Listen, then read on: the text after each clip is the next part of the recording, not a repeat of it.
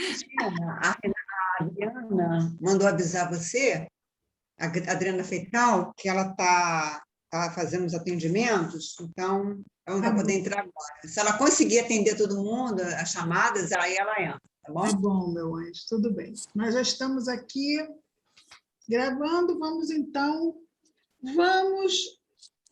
ao nosso Cavalcante. Jerônimo e André tinham agora o caso Cavalcante em processo final. André observou que o corpo físico de Cavalcante já não lhe oferecia condições de vida. No entanto, ele teimava em viver de qualquer modo e em admirável decreto da vontade, olha só, estabelecia todo o domínio possível nos órgãos e centros vitais em decadência. Ou seja, ele não queria desencarnar, estava ali, atento a não se deixar morrer, se assim podemos dizer. O enfermo perdia forças, não conseguindo mais recuperar-se como necessário. Decorridos mais 4 dias, Jerônimo deliberou fossem desatados os laços que retinham Cavalcante à esfera grosseira e, percebendo o que acontecia através da intuição, o doente chamou o padre a fim de ouvi-lo em confissão. Vamos lembrar que ele era católico romano, não é? O sacerdote atendeu ao pedido, mas abreviou ao máximo o tempo da conversa, mal suportando o cheiro desagradável que se desprendia do corpo em declínio.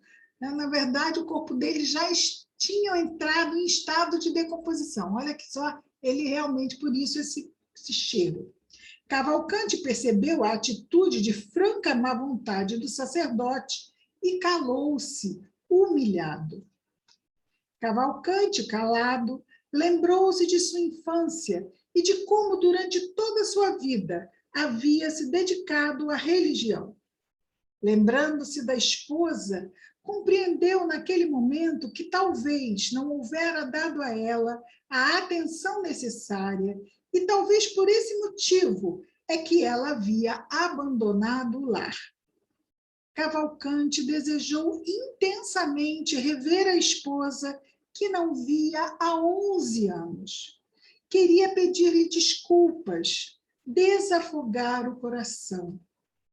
Diante dos pensamentos humildes de Cavalcante, Jerônimo comentou comovido: não sabe que a esposa desencarnou há mais de ano, vítima de uma infecção generalizada.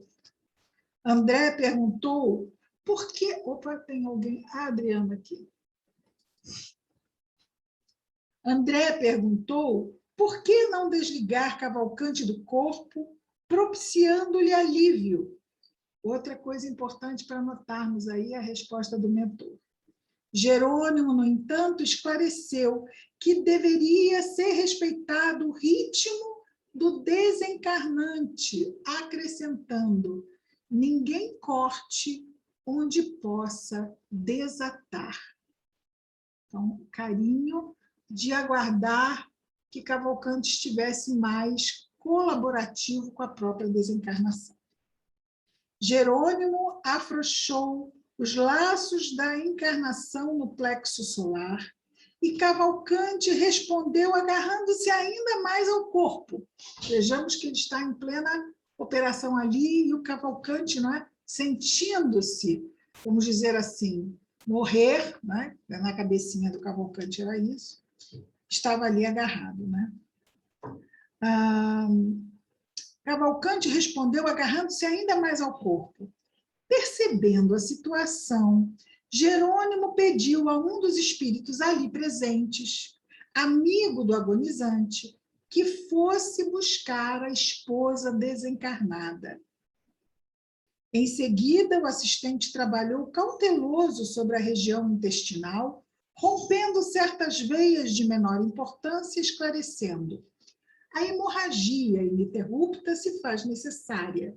Com as forças físicas exauridas, será mais fácil libertá-lo. E às vezes nós vemos um doente e pensamos, ai, aconteceu isso. Como se as coisas estivessem caminhando sem, vamos dizer assim, sem acompanhamento. E muitas vezes as coisas estão acontecendo com o próprio trabalho da espiritualidade, que favorece o rompimento de um vaso, que favorece a tomada de mais um órgão. Por quê? Porque chegou o momento da desencarnação. Em seguida, a hemorragia ininterrupta se faz necessária, com as forças físicas exauridas, será mais fácil libertá-la. Por outro lado, o enfraquecimento físico fará com que as percepções espirituais de Cavalcante se acentuem, o que permitirá que ele veja a esposa, podendo conversar com ela, resultando mais tarde num sono menos inquieto. Chega a esposa, olha o encontro. Aí nós vamos ver acontecer uma situação que realmente causou vários problemas. À noite, Jerônimo se preparava para desligar Cavalcante definitivamente dos laços físicos, quando entrou na enfermaria, trazida pelo amigo espiritual, a ex-esposa do moribundo, mais parecendo o verdadeiro fantasma, e ao fitar o marido, gritou de espanto. O moribundo, ao vê-la, ensaiou o alegre sorriso, dizendo comovido, pois és tu, minha querida, graças a Deus não morrerei sem pedir-te desculpas. A ternura com que Cavalcante se dirigia à mísera figura causava compaixão. A esposa, abeirando-se mais do leito, pedia perdão, declarando que o tempo fizera com que ela compreendesse o quanto Cavalcante... Deixa eu entrar mais uma aqui. O quanto Cavalcante... Me perdi. Me perdi.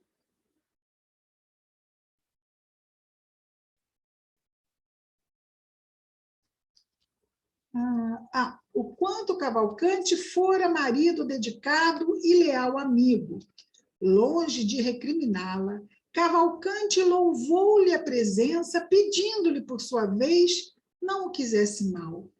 Notava-se que aquele entendimento lhe fazia imenso bem, apaziguando-lhe a mente. Contemplava a esposa reconhecido, quase feliz. Jerônimo solicitou ao espírito amigo que retirasse do local a esposa consternada para que pudesse iniciar o trabalho de desligamento. A desventurada reagiu procurando ficar, e o agonizante, ao perceber que ela se afastava, começou a gritar por ela, volta, querida, volta. Nesse instante, o médico, chamado pela enfermeira, assustada com a conduta de Cavalcante, e vendo-o falar sozinho, disse, é o delírio procedendo o fim, precisamos aliviá-lo. Jerônimo percebeu os pensamentos mais íntimos do médico e, demonstrando extrema preocupação, pediu a André o auxiliasse no processo de desencarnação antes que o médico aplicasse em Cavalcante fatal anestésico. Seria o quê? Eutanásia, né? O moribundo, porém, continuava lutando desesperado em oposição aos procedimentos de Jerônimo.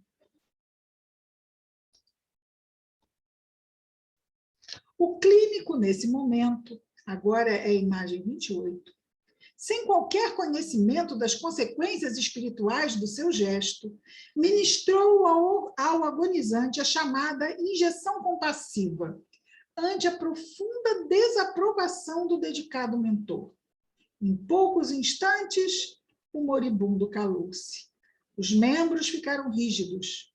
Para o espectador comum, estava morto. Mas para a visão do plano espiritual, a cena era outra. Cavalcante, em plena inconsciência, via-se presa do corpo inerte. Jerônimo explica que a carga fulminante, atuando sobre todo o sistema nervoso, afetara os centros orgânicos perispirituais e que agora somente um trabalho de muitas horas poderia proporcionar a oportunidade de libertá-lo. De fato, segundo as previsões de Jerônimo, somente depois de 20 horas de serviço laborioso do dedicado mentor foi possível libertar Cavalcante do corpo inerte. Fez um trabalho que ia levar 1 hora, levou 20. Mesmo assim, Cavalcante não se retirou em condições favoráveis e animadoras. Apático, sonolento, desmemoriado, foi conduzido por Cavalcante e André à casa de Fabiano, demonstrando necessidade de maiores cuidados. Segundo divisão dos serviços, orientados por Jerônimo, ele próprio e André, no caso, Jerônimo e André, se responsabilizariam pelo processo de desencarnação de Adelaide, enquanto Hipólito e Luciana dedicar-se-iam ao reerguimento de Cavalcante, visando o retorno ao nosso lar, que deveria acontecer brevemente. A irmã Zenóbia, diretora da Casa Transitória de Fabiano, desejava ver Adelaide, que por mais de uma vez havia prestado seu concurso em atividades de regeneração e esclarecimento junto àquela instituição. Por esse motivo, Adelaide foi levada até Zenóbia, mostrando-se ambas bastante contentes. Agora é a imagem 29. Passados alguns instantes, Adelaide explicou a Zenóbia que sentia muita dificuldade em se afastar do Instituto Fraterno que dirigia, por sentir extrema ligação com a obra, os amigos, os auxiliares. Disse que, por força das circunstâncias, acumulara funções diversas no quadro de serviços e, embora o auxílio de uma equipe de irmãs dedicadíssimas, sentia receio de se afastar. No íntimo estava preparada, mas reconhecia a complexidade do momento. Seu quarto de dormir, na casa terrena, semelhava-se a redoma de pensamentos retentivos a interceptar-lhe a saída. Que seria, né? De quem seriam os pensamentos? De todos os trabalhadores encarnados do lar. Quanto menos se via presa ao corpo, mais se ampliava a existência, mais se ampliava a exigência dos companheiros encarnados. Como portar-se ante essa situação? Como fazer-lhes sentir a realidade de que a máquina fisiológica atingira seu fim? Zenóbia, depois de ouvi-la atenta, qual médico experimentado, observou por fim: reconheço os obstáculos, mas não se amofine. A morte é o melhor antídoto da idolatria. Olha que interessante. Aquelas obras onde os trabalhadores dizem, não, sem fulano, não, isso não continua, né? A obra é de quem? A obra é da Zenóbia,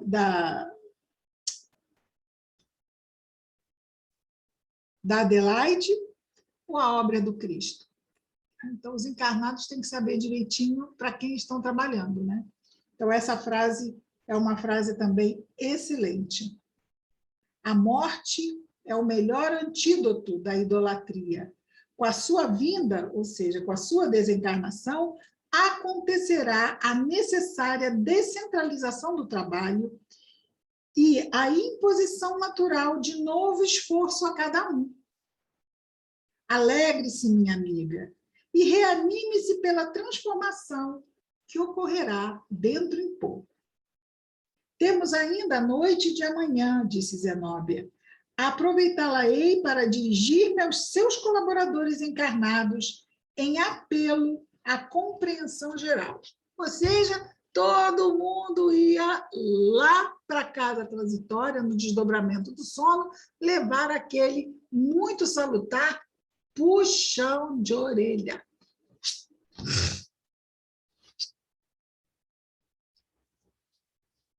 No decurso do dia seguinte, Jerônimo e Zenóbia combinaram medidas relativas à reunião da noite. O assistente empregou todos os seus esforços para que a organização fisiológica da enferma estivesse nas melhores condições. Com as melhoras da doente, renovaram-se as esperanças, quer dizer, dos encarnados, né? E, por esse motivo, iniciou-se após a meia-noite, com grande felicidade, o trabalho preparatório da reunião. Os integrantes da equipe de trabalhadores encarnados durante o sono foram trazidos ao salão da instituição. A elevação ambiente espalhava fluidos harmoniosos de confiança e tranquilidade. Zenóbia penetrou o ambiente sorrindo, conduzindo Adelaide, extremamente abatida devido ao estado avançado de sua doença. A diretora da casa transitória, após a saudação inicial, dirigiu-se a todos dizendo que vinha fazer um apelo, esclarecendo a necessidade de Adelaide partir para a espiritualidade, já que se via enferma desde muito tempo, pediu que compreendessem que, embora sua extrema dedicação ao trabalho, necessitava de repouso justo, ou seja, desencarnar em paz. Olhando firme a assistência, Zenóbia continuou. Por que a retendes? Adelaide apenas restituirá a máquina gasta ao laboratório da natureza. Continuará, porém, nos serviços do amor, como sempre fez. Quanto a vocês, não esqueçam a necessidade da ação individual no campo do bem. Evitem o fantasma do egoísmo a expressar-se em tirania sentimental. Vocês afirmam mentalmente que Adelaide é a viga mestra desse pouso de amor. Não se esqueçam, porém, que, embora todo o carinho que dedicou à obra, foi apenas um instrumento digno e fiel. Não exijam dela a responsabilidade total que deve repartir-se com todos os trabalhadores sinceros das boas obras. Libertemo-la, pois, oferecendo-lhe pensamentos de paz e júbilo, partilhando-lhe a esperança na esfera mais elevada. Logo após, a orientadora encerrou a reunião.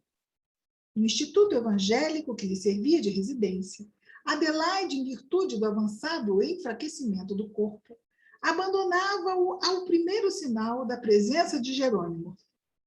Jerônimo entrou, ela já saía do corpo e ia falar com Jerônimo. Olha o estado de lucidez desse espírito. Só o corpo físico dela estava abatido. Ela, como espírito, estava bem, né? Então, presença de Jerônimo. Colocando-se ao seu lado de André em sadia palestra, juntamente com outros nobres auxiliares do mundo espiritual. Chegou o momento. Na antevéspera do desenlace, Bezerra de Menezes, em pessoa, veio visitar a servidora fiel a fim de reconfortá-la. Diante das preocupações de Adelaide, alertou-a que é muito mais fácil morrer do que nascer, e que muitas pessoas, no entanto, apegadas ao caminho percorrido, embora com objetivos nobres, acabam por prejudicar a si próprias e ao trabalho que executam, esquecidas que a providência divina age incessantemente, atendendo todas as necessidades. Detalhe, então, é muito mais fácil morrer do que nascer.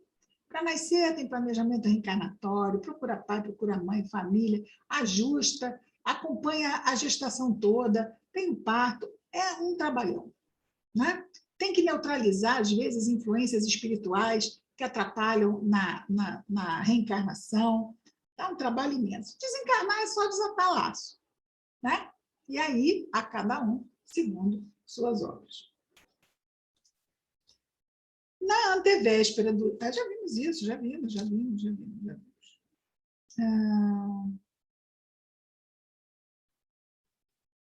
Muito bem. Bezerra, doutor Bezerra de Menezes, lembrou sua própria experiência. Também passei por isso. No entanto, lembrei-me de Jesus, fechei os olhos e ouvidos ao chamamento dos parentes e dos interesses terrenos, e a libertação final deu-se em poucos segundos. Doutor Bezerra, né? Ao ouvir Bezerra, Adelaide mostrou-se mais tranquila, e o apóstolo do bem, abraçando-a comovido, retirou-se. Ao retornar à matéria, Adelaide respira radiante. Embora a alegria daquela hora ganhou tanta energia no corpo perispiritual que o regresso às células de carne foi complicado e difícil. Ela estava tão bem que entrar em contato com um corpo já tão fragilizado trouxe a ela um choque desagradável. Tomava-o e abandonava-o sucessivamente, como o pássaro a sentir a exiguidade do ninho. Então, vamos agora ao 32. Jerônimo explicou-lhe que, uma vez extintas as correntes mentais de retenção provinda da comunidade de encarnados, o corpo carnal privou-se de permanente socorro magnético. Ou seja, os encarnados foram esclarecidos e deixaram de nutri-la com energias vitais para prendê-la, precipitando a queda do tônus vital. E isso, aliado ao contentamento da hora, que lhe robustecer os centros perispirituais, provocava sensação angustiosa no contato com os órgãos doentes. Carinhoso, Jerônimo disse a Adelaide que iniciaria um processo de desligamento, mas Adelaide rogou tímida lhe fosse concedido o obséquio, o favor, de tentar ela própria, a sós, a desencarnação dos laços mais fortes em esforço pessoal. Jerônimo concordou satisfeito e, mantendo-se vigilante em câmara próxima, deixou-a entregue a si mesma durante longas horas, a fim de que efetuasse o trabalho complexo e persistente. Então, ela fez o desligamento dos dois plexos, mas não o superior, que aí vemos que ela vai receber ajuda, né? Carinhoso, Jerônimo disse a Adelaide que iniciar... sim, isso já vimos. André, surpreso, disse a Jerônimo que não sabia que alguém pudesse efetuar semelhante tarefa sem o concurso alheio. Jerônimo, no entanto, explicou-lhe que a colaboração, que a cooperação do mundo espiritual seria indispensável no ato conclusivo da liberação. Todavia, o serviço preliminar de desenlace no plexo solar e mesmo no coração pode, em vários casos, ser levado a efeito pelo próprio interessado quando este haja adquirido o preciso treinamento. De fato, Jerônimo somente interveio nos últimos momentos para desatar o apêndice prateado. A agonizante estava, enfim, livre. Abriu-se a casa, a visitação geral.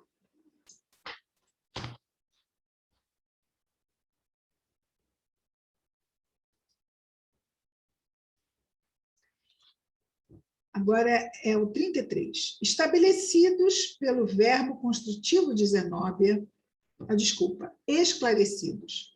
Esclarecidos pelo verbo construtivo de Zenóbia, que os falou durante o sono, não é? Os cooperadores encarnados, embora não guardassem vivas recordações, sustentavam discreta atitude de respeito, serenidade e conformação. A fiel batalhadora, agora liberta, esquivou-se gentilmente ao convite para a partida imediata. Aguardou o enterro dos despojos, consolando amigos e recebendo consolações. Então, já a participação dela no velório foi diferente. Ela podia ter ido embora, mas não, ela quis ficar para consolar. Então, uma outra atitude de espíritos superiores no próprio velório, não é? No último pouso, orou, agradecendo às células exaustas o precioso concurso nos abençoados anos de permanência na crosta. Depois partiu na companhia de Jerônimo e André a caminho da casa transitória. Agora são rapidinho. Congregados agora, esse é o 34. Congregados agora no Instituto Socorrista de Fabiano, a equipe se preparava para a viagem de regresso. Os recém-libertos rodeavam-se de vários amigos que lhes traziam boas-vindas e alegres notícias. Dimas e Cavalcante, renovados em espírito, não sabiam como exprimir o reconhecimento que lhes vibrava na alma, enquanto Adelaide e Fábio, mais harmonizados, comentavam problemas transcendentes do destino e do ser. Estavam todos reunidos na câmara consagrada à prece, aguardando Zenóbia, que momentos depois dava entrada no salão, seguida de grande número de auxiliares. Abraçou os recém-libertos e a equipe de Jerônimo. Saudando os recém-desencarnados, recomendou a Adelaide pronunciasse ali a oração de agradecimento. Vejamos quantas pessoas estão presentes, inclusive quem? Aquele grupo que queria prestar homenagem a Dimas, lembram? Então, que eles não poderiam prestar homenagem naquele momento, mas que no momento da prece final, que é esta, olha quantas pessoas, que eles poderiam estar presentes. Então, agradecendo a Deus as bênçãos da encarnação, os benefícios recolhidos na Terra, os amigos, os parentes e os emissários que os auxiliaram no grande transe. Fim da prece comovedora, a irmã Zenóbia, faltam 10 minutinhos, mas acho que vamos conseguir, pelo menos a apresentação. Fim da prece comovedora, a irmã Zenóbia abraçou Adelaide, extremamente sensibilizada, e em seguida, reassumindo o lugar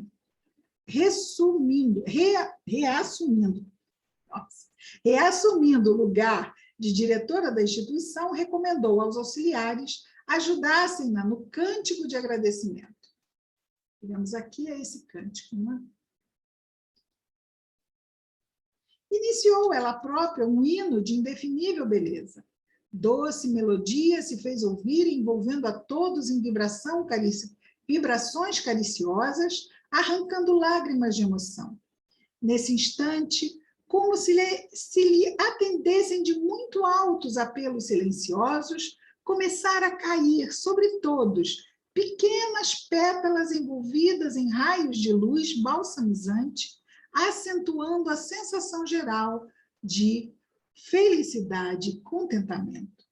Quando soou a última nota do hino, repassado de misterioso encanto, olhos nevoados de lágrimas, os recém-libertos e a equipe de Jerônimo trocaram com Zenóbia carinhoso abraço de adeus.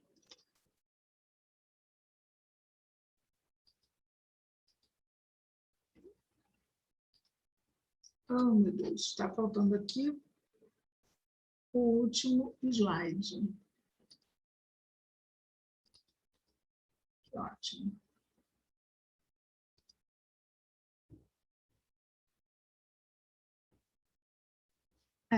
Está faltando o slide 36.